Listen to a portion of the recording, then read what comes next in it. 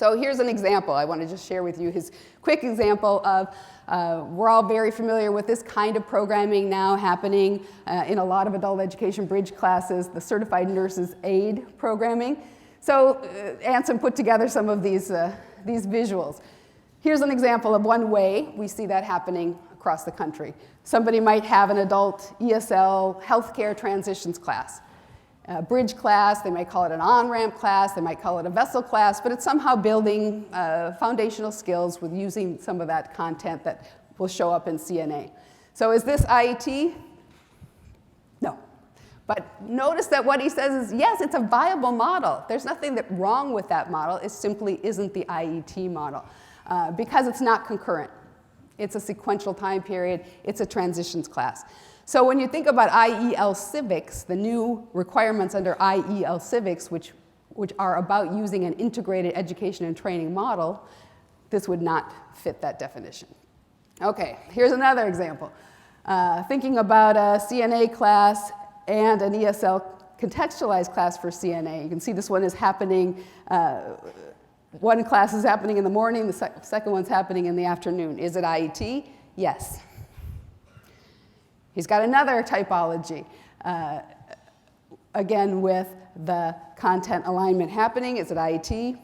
Yes. And then he's got his partially integrated. You can see again that the workforce preparation's happening up here. There's 60 hours of ESL instruction across that time period with a great bulk of it happening in alignment. And again, yes, IET. And another example, putting an ESL refresher. We see a lot of that kind of modification happening of these programs where people will be in integrated classes between adult ed and technical training. Then they kind of transition into full technical training, but then they retain an attachment to that adult education provider as well, often right before taking some sort of examination. So yes, IET. And then his fully integrated typology, and yes, that's IET. So those are all, IET is a service model that is very important to career pathway, but it's not the only thing to talk about when you're talking about career pathway. I think that for adult education, we've gotten very focused on, the thing we do, the part we play, which is integrated education and training, which is contextualized, concurrent service with technical training. But we have to think bigger and broader with career pathways. Because ultimately, the goal is to use WIOA and use this opportunity to do this system building work for career pathways. So here on your chair, this is the visual. This is from the framework that the Alliance for Quality Career Pathways states put together. It talks about the 3 essential features of career pathways: the well-connected, transparent education and training, the credentials, the support services.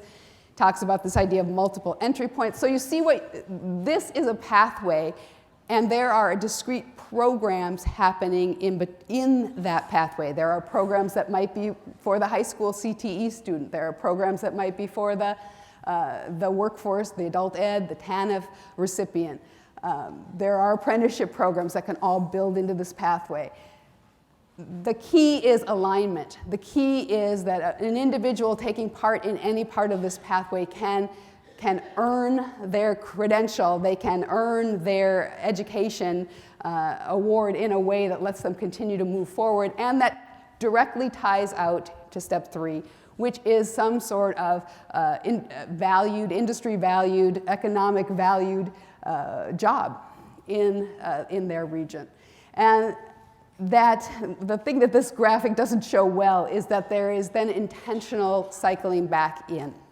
And that, again, is a trick that a lot of local programs are working on, local partners are working on. Another thing that doesn't really very intentionally shown in this graphic is that employers are an essential partner of this work. Only by having employers involved in this development and implementation of a career pathway system can you be guaranteed that the credentials earned by your participants have that industry recognized value.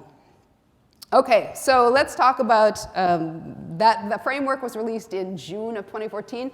In July of 2014, we got WIOA, and here is the WIOA career pathway definition. We'll go through it quickly because I hope you've all seen it many times, but it's a very solid definition for career pathway and really builds on all that work that people across the country have been doing for a decade in the career pathway space. Basically, it says that it is this rigorous high-quality education training and other services, those support services, that align with the skill needs, that include secondary and post-secondary, that include counseling to support an individual's education and career goals. Here's kind of the meat of the definition for educators. This is that education concurrently and in the same context as workforce preparation and training for a specific occupation, so that IET model.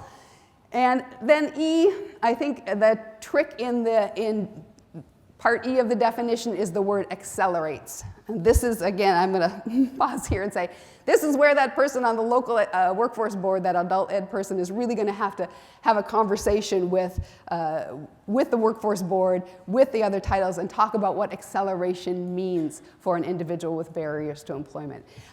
It does not mean that I take a 16-week class and deliver it in 4 weeks. For an individual without a high school diploma, an individual without strong English language skills. It means that rather than say to someone, well, go and learn English until you get up to our level 6, whatever that means, and then, then maybe you should get your GED, so that could take you a couple of years. So once you've gotten your English and you've gotten your GED, that should be about 3 years later, then you can come back to me here at the college and we will work on that welding program, right? Accelerate means that I'm going to align and co-enroll and concurrently develop a program so that someone can build foundational skills, build toward that high school equivalency, start learning the technical skills. That might take my 16-week class and make it 30 weeks, but that's still accelerated when you're talking about the target populations for WIOA. Last two parts of the definition talks about the secondary diploma and a recognized equivalent and at least one recognized post-secondary credential. WIOA has a lovely definition of post-secondary credential inside of it that you can reference. It's very comprehensive. And then I think G is interesting, again, in our current economic climate because it's talking about enter or advance. We know that many, the majority of adult education students are working. And we can serve working individuals under WIOA to help people advance in their careers. A couple more pieces of text from the legislation. WIOA has many mays in it. You may do this, you may do that. It has a few shalls. One of the shalls is around career pathways, and it is that the local board, with their education partners, shall lead efforts to develop and implement career pathways. So this is a requirement of your local workforce development board, and they will need your help and your partnership. Another function of a local board is about developing and implementing ways to engage employers.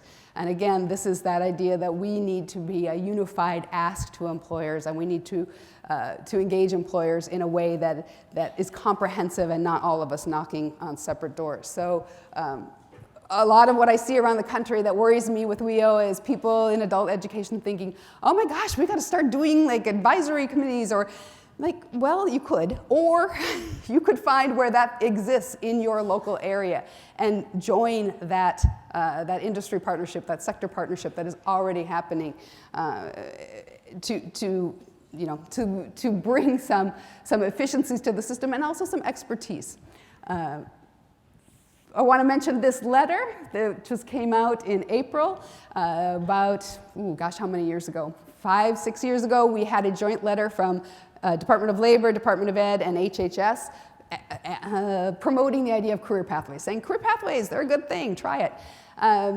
Since WIOA has happened, we now have that federal definition of career pathways, and we now have this recently released letter where some 13 agencies, federal agencies have signed on, the White House has signed on, OMB has signed on. So there's a lot of federal unified voice asking for career pathway implementation.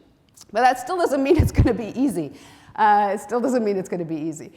Some of the challenges that I see are really, again, how does that one person on the board represent the whole adult education system? There are some states like Illinois that have got a very set policy now for how the local providers in an area come together and choose that adult ed representative for their region to be on the board, really putting that responsibility onto that person. How will we identify shared populations? How will the work authorization status comes up? That hasn't changed. Title II can serve people without work authorization status. Title I services, Title I funding cannot be spent on that. So, that is definitely a conversation and a challenge to work through. Even deciding what to call the people you work with.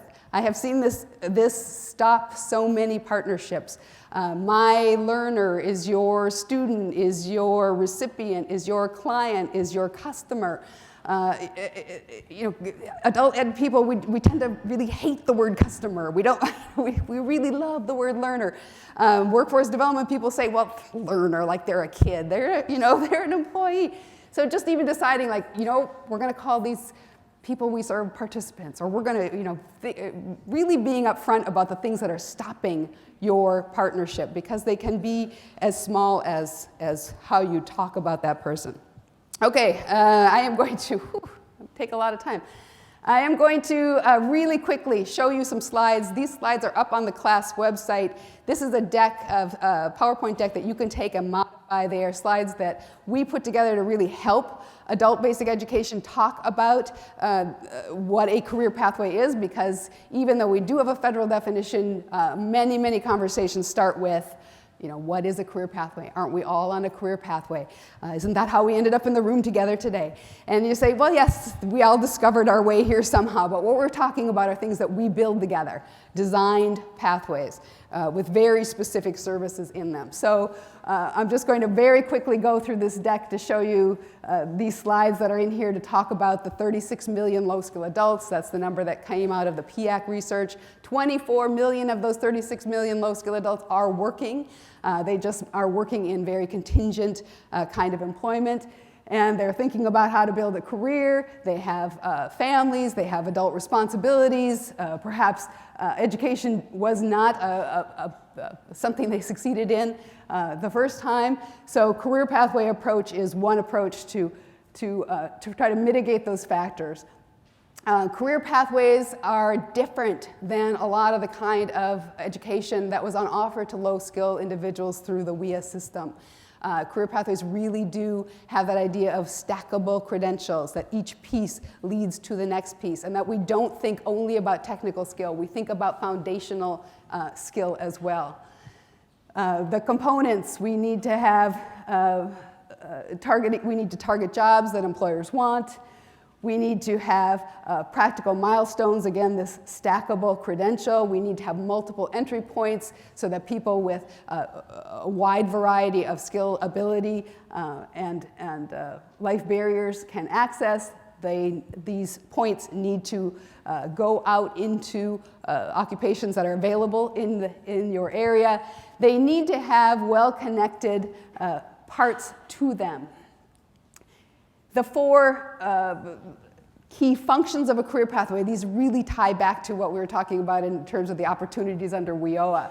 That quality education training model, that alignment of assessment, the support services, and the navigation assistant. The word case manager doesn't exist in WIOA. Case manager is the term for Title I that has really been changed into a career services, a career navigator idea, that people in those titles will become sort of that glue. We know that the main reason our participants leave our education and training system is not because the education and training is too hard. It's because life gets in the way. It's because the car breaks down or the childcare gets changed.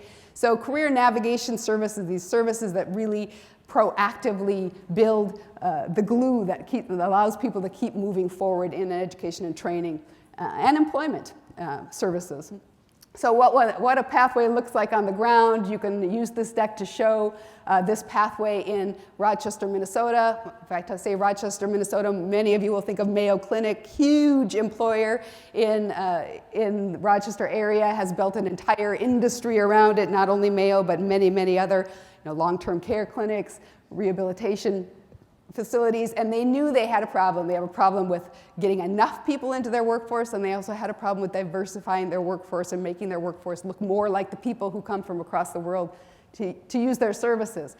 So they partnered, this is the fast track program, they partnered to create an advanced hospital CNA program. So not a generic nursing assistant program, but one that was really tailored to the needs of their industry partnership. They had this navigator, this was a workforce development professional who was not afraid to do the kind of assessment that a lot of us in adult ed feel uncomfortable with. Can you lift 50 pounds? Or can you clean a bedpan? These kinds of assessments that are just not part of our education world, but are part of that employment service world. And was helping mitigate all the barriers that would keep people from completing. This early entry point was through adult basic education classes, and then a partnership with the community and technical college, and ultimately an exit into a job. But it's not a career pathway if it ends there. If it is a terminal skills certificate, it is not a career pathway. The credits earned, the effort put in by that individual would allow that individual to move forward. So CNA was just first step, and then these other certificates that were available at the college were part of that pathway for people returning, coming back in. So ultimately, the work is about serving individuals. It's about serving people like Antoinette, who was a TANF recipient, somebody with 2 small kids, somebody who had never completed her high school diploma, and after getting her CNA, going to work for 6 months, was still in contact with that navigator who said, okay, now you've gotten the 6 months of work experience under your belt, now it's time to come back in, go through that health unit coordinator, and really was put on a path that she didn't know existed for her. And it's working, these kinds of programs are really working for people like Antoinette around the country. Dramatically higher achievement rates for completing credentials and for both kinds of success in employment and success in continued education. So the 10 states that were part of the Alliance continue to do great work. I mean, here in California, there's so much going on around career pathways, and we'll talk about that in a minute. Oregon's got a solid system. Virginia is moving forward with their state team. Wisconsin's got a TACT grant for building and scaling a statewide career pathway system. So people continue to use WIOA and other initiatives to keep moving their pathway work forward. The bones of building a system really break down into these 6 buckets. And you have this on your handout. And if you come to my follow-up session, I'm going to do more about this, but I'm looking at the time and realizing we don't have that much time left. So the partnership.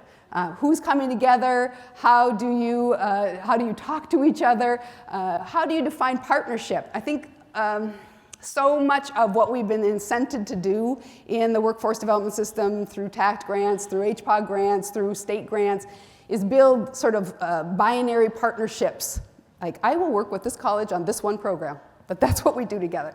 And Career Pathways really asks you to think larger about what a partner is. A partner is someone who brings resources to the table. A partner is someone who has responsibility for outcomes. So partnership, establishing that, thinking about sector, thinking about how to get employers and have a unified ask of employers and develop pathways that really have labor market payout. And this is, again, a conversation that many people get stuck in. They say, well, we're just tracking people. And no, the idea of building foundational skills is that these are transferable skills. Someone may work in healthcare for a while. They may decide that's not for them, but they have a way to continue to move forward with the transferable skills that they've gained. Pathway design, this is the part where education really needs to step up and play the role about we know how to design pathways that will make successful outcomes for individuals we serve. Instructional delivery, many of these things over here on the left, these components, you've heard about them. You see them happening, again, in pockets, but how to think about building a successive pathway that serves people with all these different kinds of strategies.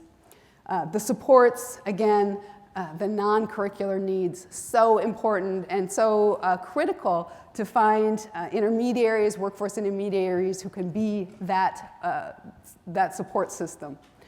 Measurement.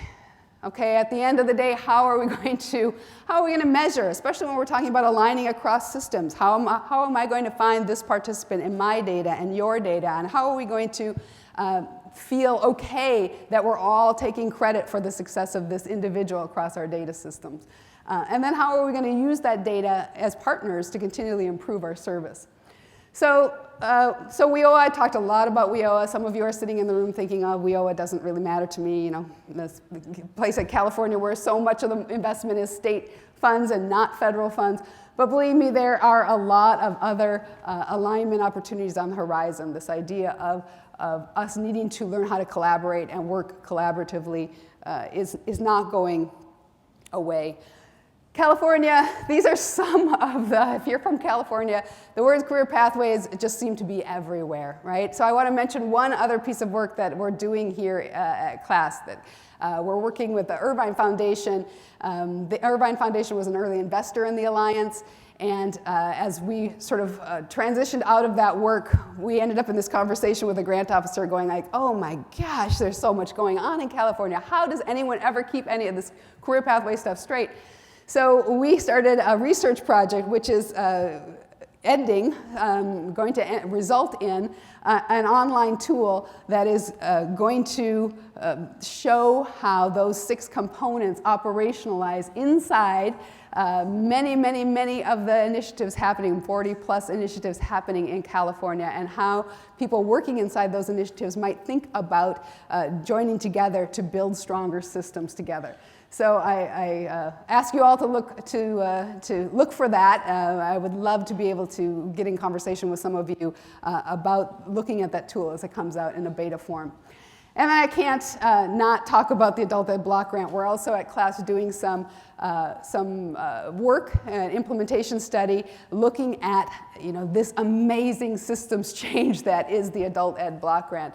No other place in the country is asking for people to come together in such a structured consortia way to do this kind of regional planning for adult education services. So we think it's a tremendous opportunity, and we'll be many 300 or plus adult education providers filled out our survey, and we're going to be doing focus groups and being in conversation with you in California around this for some time. So adult education has changed, but the goal of adult education has remained the same, and that is giving people a choice, giving the people we serve a real choice about what they want to do with their lives, how they want to be in their communities. And I thank you all for the amazing work that you do and for listening to me this morning. So thank you.